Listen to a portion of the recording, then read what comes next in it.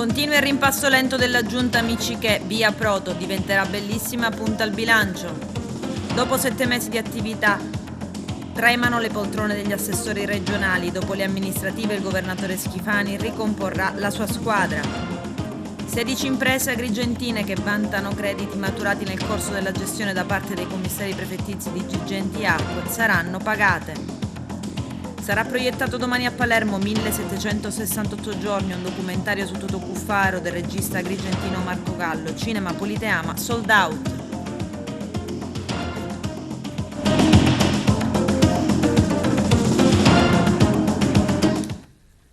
Bentrovati gentili telespettatori al nostro appuntamento con l'informazione. Continua il rimpasto lento della giunta del sindaco di Agrigento Franco Miccichè. Via Valeria Proto diventerà bellissima, punta al bilancio. L'assessore all'urbanistica Salute va via per motivi personali, ma si tratta di un'operazione concordata con il partito. Vediamo. Le motivazioni sono le più tradizionali, questioni professionali. Le dimissioni di Valeria Proto dalla giunta del sindaco di Agrigento Franco Miccichè sono però solo un nuovo passaggio del lento rimpasto, avviato nei mesi scorsi e che ha visto solo pochi giorni fa l'ingresso di Forza Italia e il raddoppiamento delle forze in campo per Fratelli d'Italia. Dopo 1 anno e 2 mesi esatti, l'assessore Valeria Proto ha rassegnato le dimissioni per sopraggiunti impegni professionali. Ringrazio con affetto per la preziosa collaborazione l'ingegnere Proto, che ha ricoperto con impegno ed dedizione il suo incarico sempre a servizio della collettività, ha detto il sindaco Miccichè. A monte di tutto, però, una chiara richiesta avanzata da Diventerà Bellissima e da Giussi Savarino, che adesso punterebbe alla delega al bilancio tenuta oggi dall'assessore tecnico Patrizia Lisci, con Gioacchino Alfano, ex consigliere comunale, e oggi in prima fila per un posto da componente della giunta. Le manovre però non sono terminate, da tempo si attende infatti la sostituzione dell'assessore Giovanni Vaccaro, che dovrebbe cedere il posto al consigliere Alessandro Sollano. Piccoli passi appunto nel tentativo mal riuscito di non scontentare nessuno. Dopo 7 mesi tremano le poltrone degli assessori regionali. Dopo le amministrative il governatore Schifani ricomporrà la sua squadra. Vediamo. Si scrive tagliando, si legge rimpasto. Le parole del presidente della regione Renato Schifani, pronunciate 2 settimane fa alla kermesse palermitana di Forza Italia, riecheggiano tra le stanze di Palazzo d'Orleans. Faremo un tagliando alla giunta di governo della regione. Non si tratta di cambiare questo o quella persona, ma di valutare il percorso fatto, la capacità della giunta nel suo complesso e dei singoli assessori di essere efficaci nei rispettivi settori di competenza. Parole come pietre che frullano nella mente di molti. E più di un assessore regionale adesso teme di vedersi sfilare la poltrona. Il timing dettato dallo stesso Schifani per la verifica interna alla maggioranza scatterà all'indomani delle amministrative. La poltrona più in bilico rimane quella dell'assessore leghista alla formazione Mimmo Turano, reo di non essere riuscito a convincere i suoi in quel di Trapani nel sostegno al candidato sindaco del centrodestra Miceli. Bon ton istituzionale alla mano, il presidente chiederebbe alla Lega di indicare un altro nome magari. Voci di corridoio vorrebbero che a prendere il posto di Turano fosse Vincenzo Figuccia, il grande escluso in prima battuta. Tra le poltrone meno stabili ci sarebbe anche quella dell'assessore all'economia Marco Falcone, sul quale pesa l'impugnativa di alcuni articoli della finanziaria da parte del governo centrale e il protagonismo a livello politico, ma è pur vero che sostituire un assessore con mansioni così delicate dopo appena 6 mesi sarebbe scivoloso. Una posizione abbastanza incerta sarebbe quella dell'assessore alla salute Giovanna Volo, che negli ultimi mesi è stata travolta da più di una bufera politica, dai precari Covid in cerca di stabilizzazione alle rimostranze del mondo della sanità privata. Ma il suo è un nome fatto direttamente da Schifani, che potrebbe avere qualche difficoltà a fare marcia indietro, e le nomine dei nuovi dirigenti, in primis quella di Salvatore Iacolino, nuovo commissario del Policlinico di Palermo, sono un elemento che starebbe già potenziando il comparto. I rumors segnalano anche la possibile sostituzione dell'assessore alla famiglia Nuccio Albano. I bene informati ricordano a più riprese che l'ADC di Cuffaro già 6 mesi fa avrebbe preferito il nome degli esterni, salvo poi accettare il diktat schifaniano.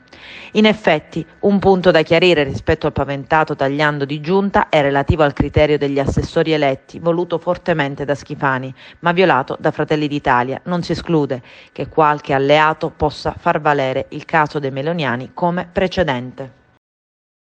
Diventano 3 le liste che alle elezioni amministrative del 28 e 29 maggio prossimi sosterranno il candidato a sindaco di Licata Angelo Iacona.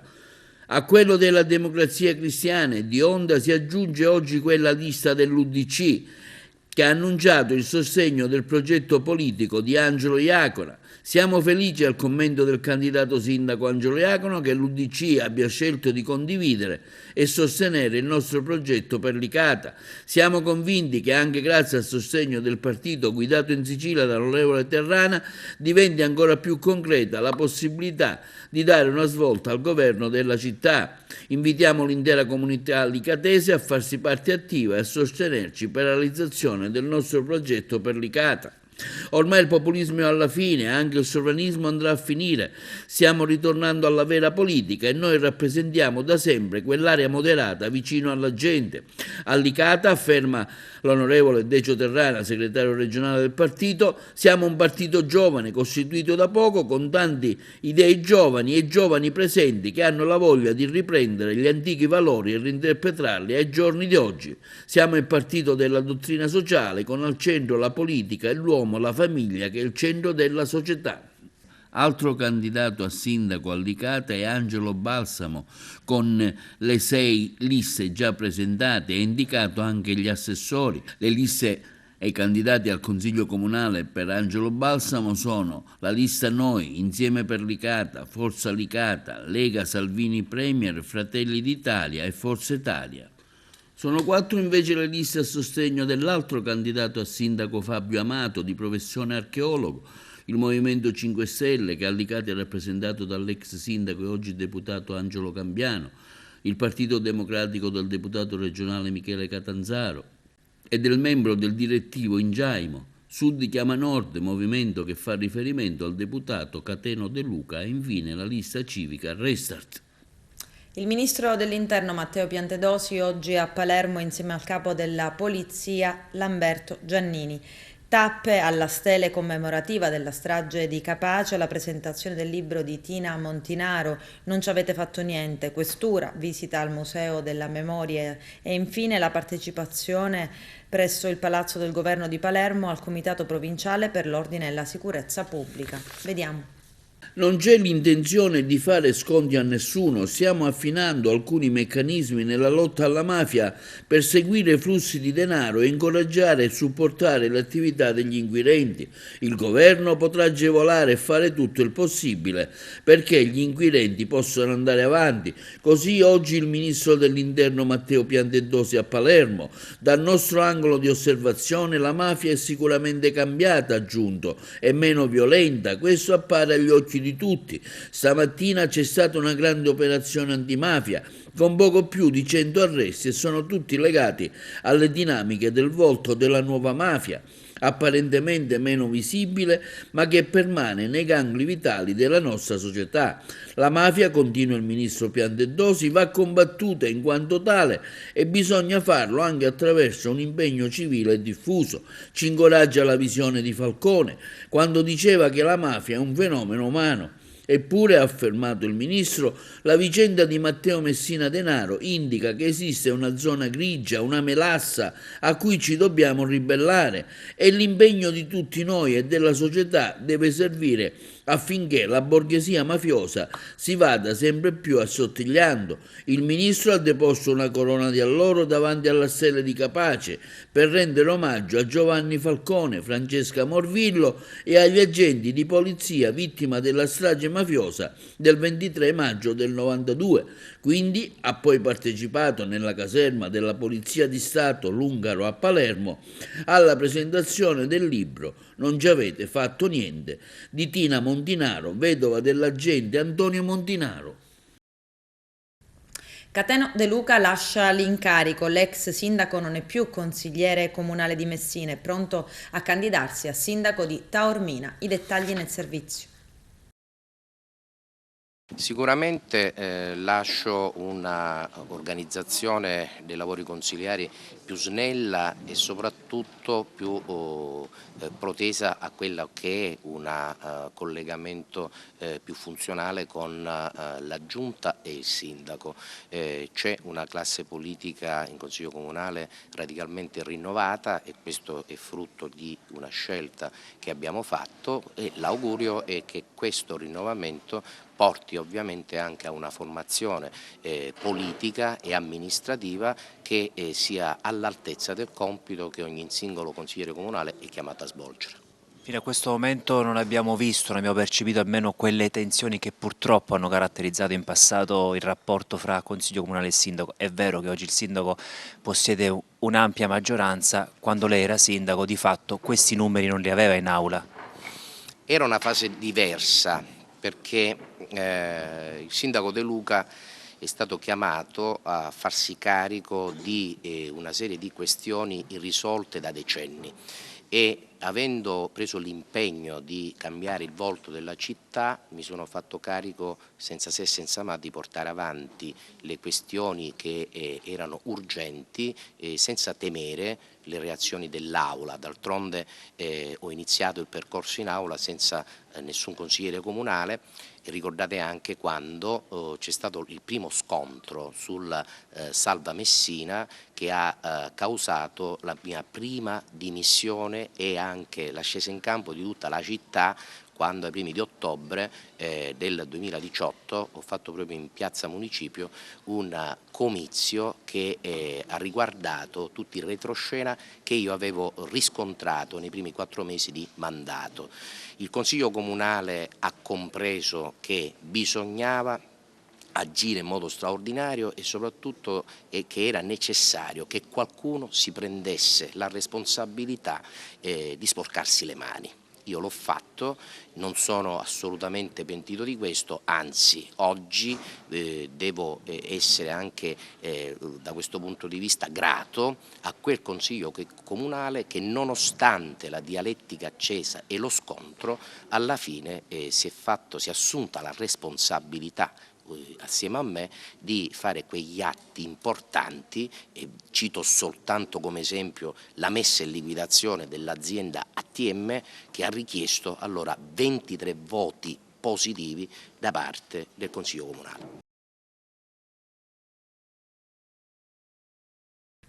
A Palermo domani giovedì 4 maggio al cinema multisala Politeama sarà presentato e proiettato alle ore 18 1768 giorni, un documentario su Totò Cuffaro del regista agrigentino Marco Gallo, che ha seguito l'ex presidente della regione dalla sua uscita dal carcere fino ad oggi, accompagnando e filmando i suoi giorni in Burundi, il periodo della pandemia, il rinnovato impegno in politica e che racconta parte della sua vita prima e dopo l'esperienza del carcere, dal potere al carcere fino alla riabilitazione. È sold out, tutto esaurito. Il ricavato della vendita dei biglietti sarà interamente devoluto all'associazione Aiutiamo il Burundi Ollus e contribuirà al sostegno e alla frequenza scolastica dei tanti bambini orfani del Burundi. C'è il trailer. E ogni giorno per 1768 giorni ho fatto 10 km e mezzo, che sono 60 giri di campo. Sono stato un uomo delle istituzioni, ho avuto un grande rispetto per la magistratura. Le mie irrevocabili dimissioni dalla carica di Presidente della Regione. Eleva la pena inflitta a Cuffaro Salvatore ad anni 7 di reclusione.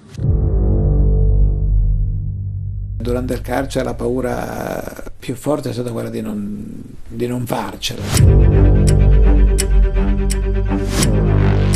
Mi appresto ad andare a scontare la mia pena. Ho trattato in quanto Salvatore Cuffaro, ex presidente della regione condannato per mafia. La frustrazione dell'impotenza, io credo che o si impazzisce o si cresce. Mi scriveva che mi avrebbe fatto uscire dal carcere, anche se per un solo giorno ci è riuscito. Fa più male alla Sicilia.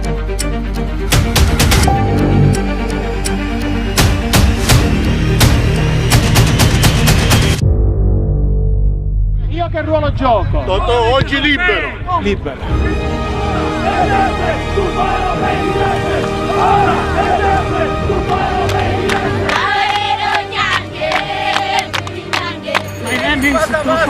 Basta. E quando mi mancavano le forze ho detto ma vaffanculo, io devo arrivarci, andavo.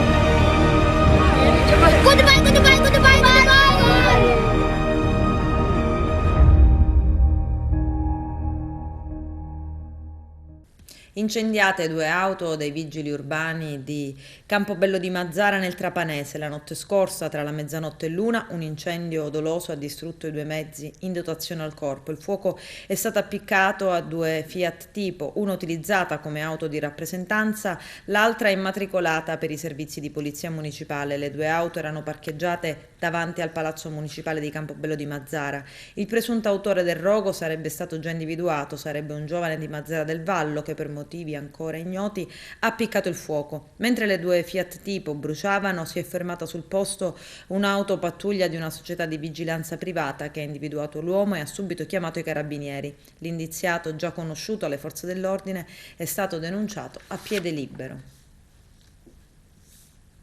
CNA, 16 imprese agrigentine che vantano crediti maturati nel corso della gestione da parte dei commissari prefettizi di Girgenti Acque a fronti di lavori di manutenzione e fornitura di materiale per garantire il servizio idrico e fognario alle comunità saranno pagati. Vediamo.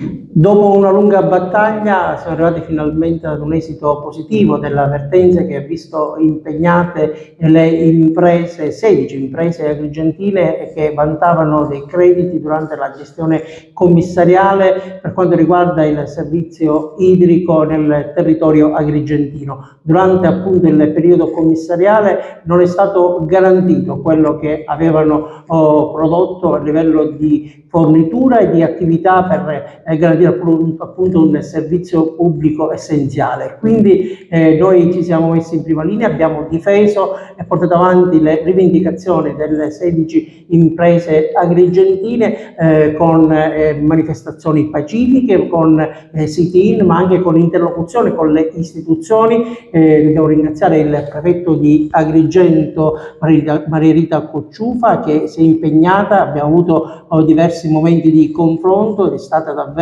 molto attenta e sensibile rispetto a questo tema, così come ci preme ringraziare anche l'onorevole Perconti, perché è stato anche lui sensibile, ha prodotto una interrogazione parlamentare, così come anche l'europarlamentare argentina Annalisa Tardino, che ha dato anche il suo contributo. Abbiamo trovato in alcune componenti delle istituzioni grande sensibilità e grande disponibilità, e quindi questo ha aiutato e facilitato il lavoro e il percorso che poi ha visto protagonista l'avvocato Catuara, e finalmente, come dicevamo, ad un epilogo positivo, perché le 16 imprese agrigentine sono riuscite a percepire quanto dovuto. Noi abbiamo avuto la possibilità di rappresentare imprenditori che avevano fornito il loro servizio nei confronti della gestione commissariale,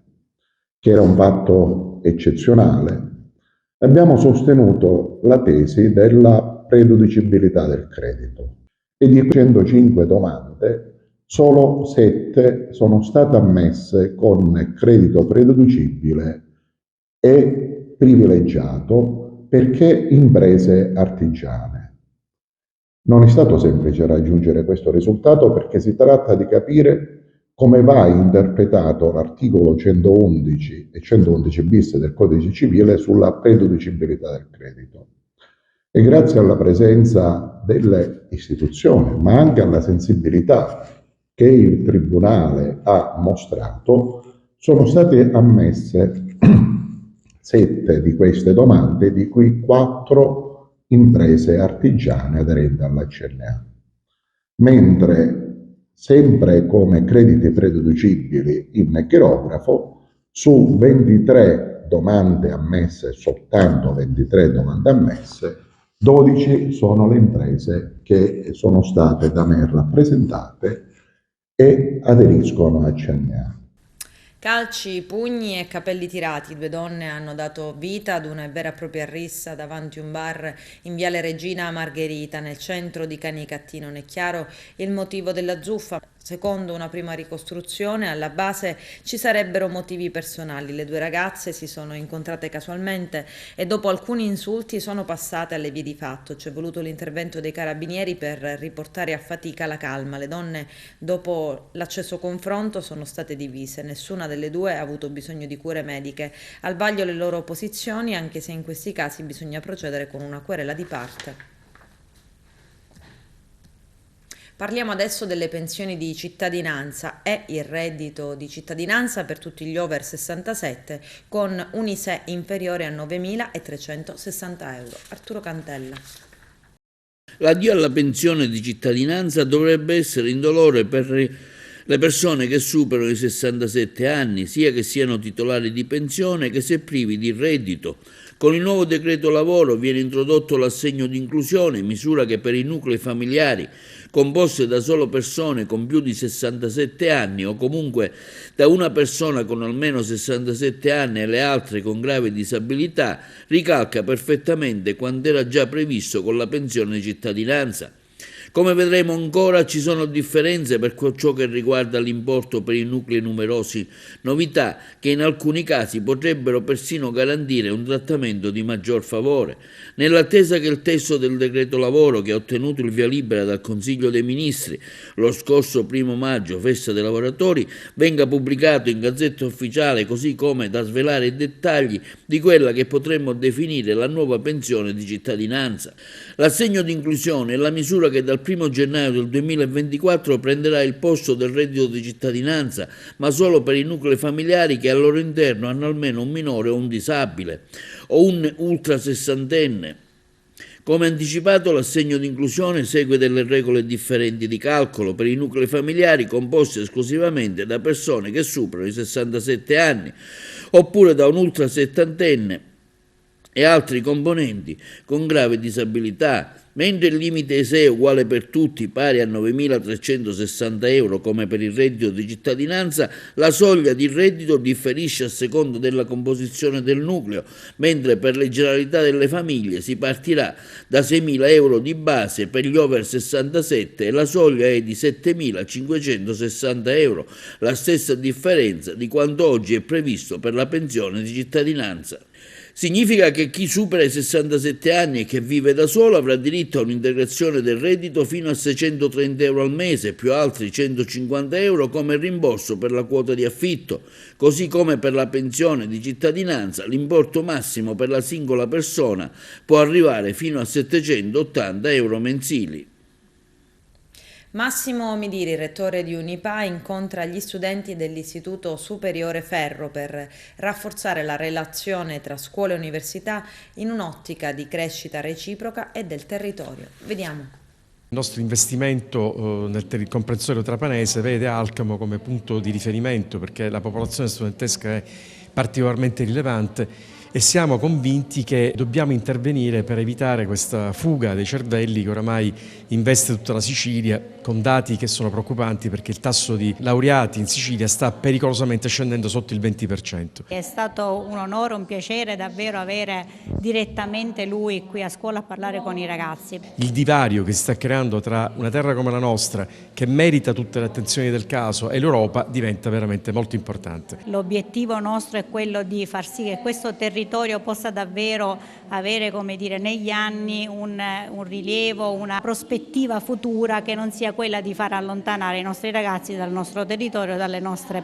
possibilità. Stiamo facendo delle proposte innovative, stiamo portando a Trapani, che è il nostro polo territoriale, come Agrigento e Caltanissetta, delle proposte non doppioni o duplicati di Palermo, ma sono delle proposte specifiche per il territorio trapanese.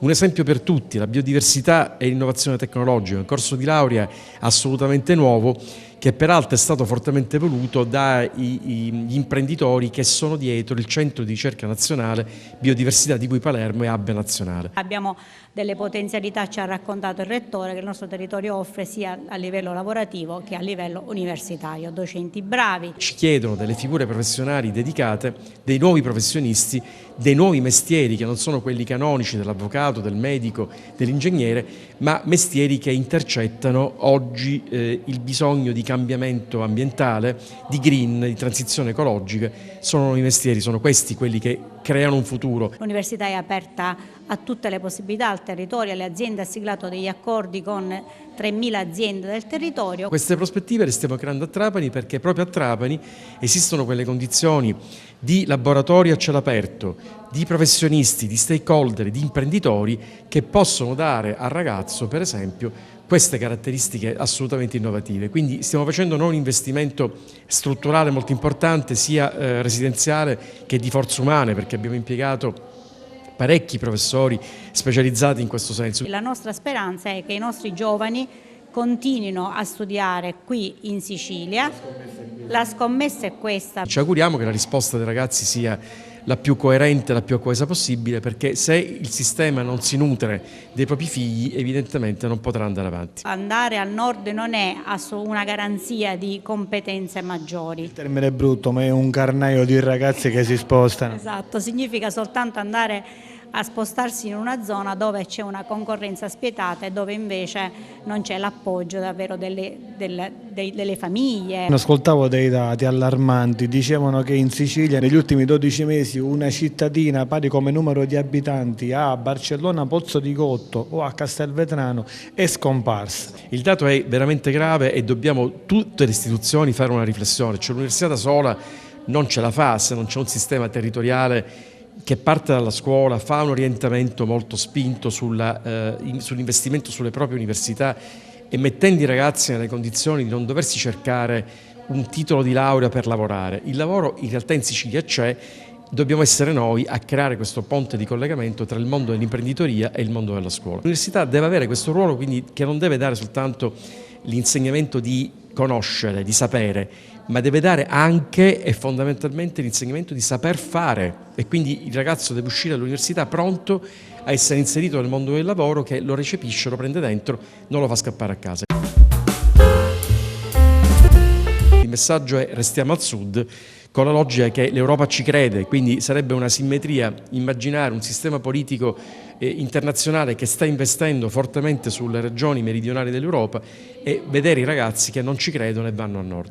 Ma se il sistema mette nelle condizioni un giovane di giocare sulla propria capacità imprenditoriale, è chiaro che il territorio ne ricava inevitabilmente un vantaggio, quindi tutti assieme dobbiamo mettere tutti nelle condizioni di sperimentare quello che piace di più, non soltanto perché c'è un sentito dire o c'è un sentiment familiare che vuole il lavoro stabile, sicuro.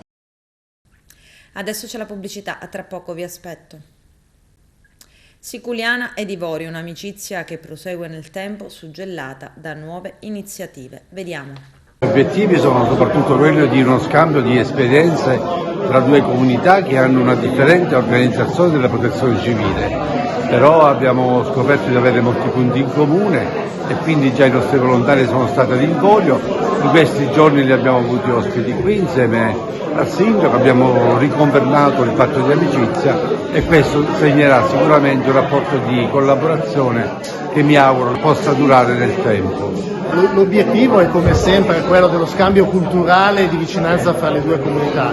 L'origine di questo gemellaggio nasce proprio dalla prima immigrazione degli anni 60-70 verso Ingorio, dove un piccolo gruppo di siculiani si è trasferito in Ingorio, si è integrato perfettamente nel territorio e questo contatto così occasionale ci ha portato a creare questo gemellaggio piacevole. Sono sicuramente stati dei giorni piacevoli questi vissuti con voi qui a Siculiana, così come quelli vissuti a dicembre ad Ingorio, quindi è stato un primo contatto piacevole e sicuramente avrà possibilità di dare origine a qualcosa di molto più ampio. Innanzitutto con l'esperienza che abbiamo avuto come organizzazione regionale antincendi boschivi di essere presenti negli ultimi 3 anni in altre zone, della Sicilia in aiuto all'organizzazione regionale per lasciare una memoria alle nostre generazioni future del nostro paese di Morio. Abbiamo pensato appunto di fare questo gemellaggio con la Protezione Civile di Siculiana per riavvicinare e avvicinare queste comunità e mantenere viva la memoria delle nostre radici. Con questo è tutto, non c'è altro, termina qui l'edizione del telegiornale. Grazie per la gentile attenzione e per essere stati con noi. A presto.